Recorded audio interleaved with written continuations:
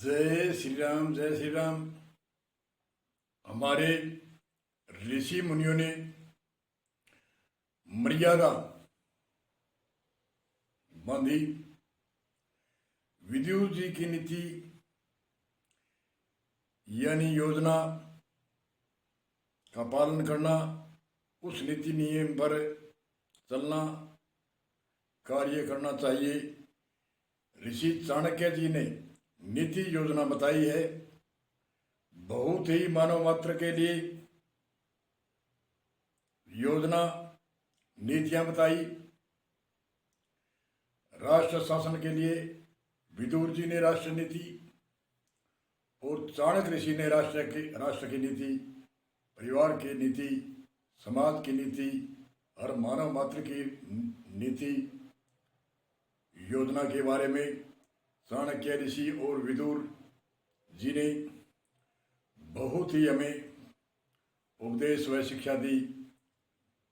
नीतियों के बारे में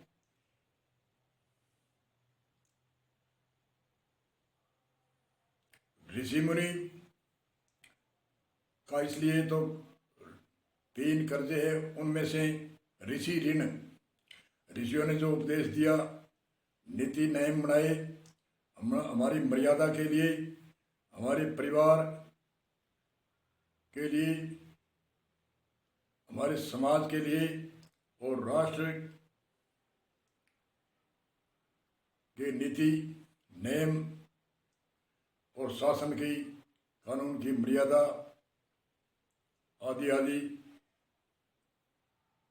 आदि पुरुषों ने, महापुरुषों ने राष्ट्र नीति चाणक्य ऋषि जी ने, विदुर ऋषि जी ने बहुत बहुत हमारे जनमानव के लिए उपकार किया। उनका हमारे पर कर्ज है। इसलिए ऋषियों का कर्ज, 3 प्रकार के कर्ज होते हैं। देव ऋण, देवताओं का कर्जा, देव ऋण, पितृ ऋण, माता पिता का कर्जा, और ऋषि मुनि त्याग तपस्या करके वनों में, झोपड़ियों में, पेड़ के नीचे, पत्थरों की, पहाड़ों की गुफाओं में आदि आदि त्याग तपस्या करके जिन ऋषियों ने हमारे लिए उपकार के लिए इतिहास लिखे, हमारे लिए राष्ट्र नीति, सामाजिक नीति, परिवार की नीति आदि आदि उपदेश दिया, आध्यात्मिक नीति, कल्याण की नीति आदि उपदेश दिया, वह हमारे ऋषियों का कर्जा है। और देव ऋण है, देवताओं का कर्जा है। हमारे ऋषि मुनियों ने 33 मुख्य देवता बताए। सूर्य देव, सूर्य प्रकाश देता है, कोई पैसा नहीं देता और इनको हम कर्ज उतार भी नहीं सकते, सिर्फ प्रार्थना कर सकते हैं, हे परमात्मा आपकी शक्ति से जो सूर्य प्रकाश देता है, आपके ही देवता है और आपके ही हम हैं, इतने में ही हमारा कर्ज दूर होता है। और माता पिता का कर्जा,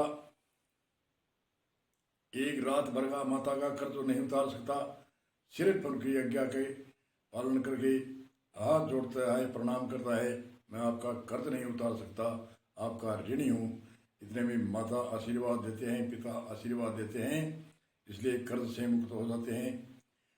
और देव ऋण है, सूर्य देव, चंद्रमा देव, वायु देव, जल देव, जितने भी 33 मुख्य देवता है वह देते देते हैं। देने का नाम ही देवता है, लेने को तो देवता कहते हैं। जो बिना फ्री के, कोई बिना चुकारा के, बिना टैक्स के लिए ही जो कार्य करते हैं उनको कहते हैं देवता।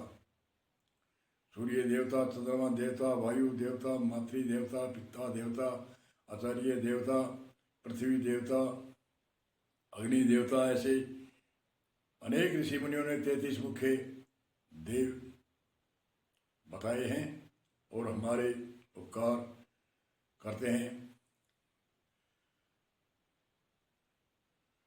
ऋषियों का ऋण, ऋषि मुनि त्याग तपस्या से पेड़ के नीचे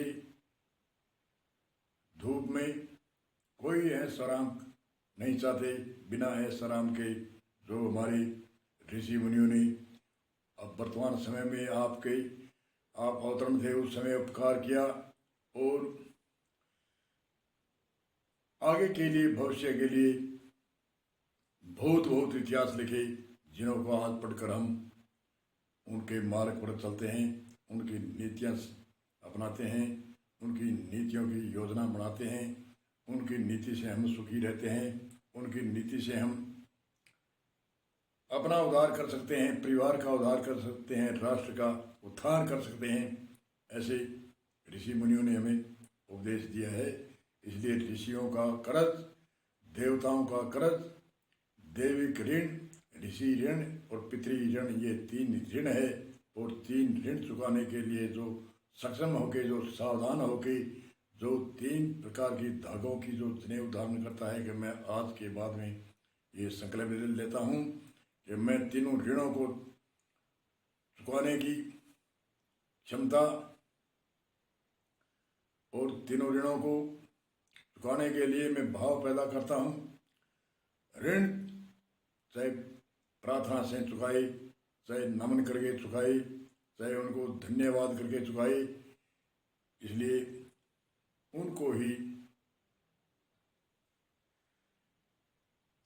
कर्ज का ऋण चुकाने में जो सक्षम होता है, उनको ही जनेऊ धारण करने और वेद को पढ़ने का अधिकार है, साहित्य पढ़ने का अधिकार है, आचार्य जनों के पास में बैठने का, विद्वान ऋषि मुनियों के शरणागत में रहने का उनका अधिकार है। जिनको ये कर्ज है, कर्ज की इच्छा ही नहीं है उतारने की, और उनको कहते हैं सठ दोषी को तो शास्त्र पढ़ने का भी ऋषि मुनियों ने।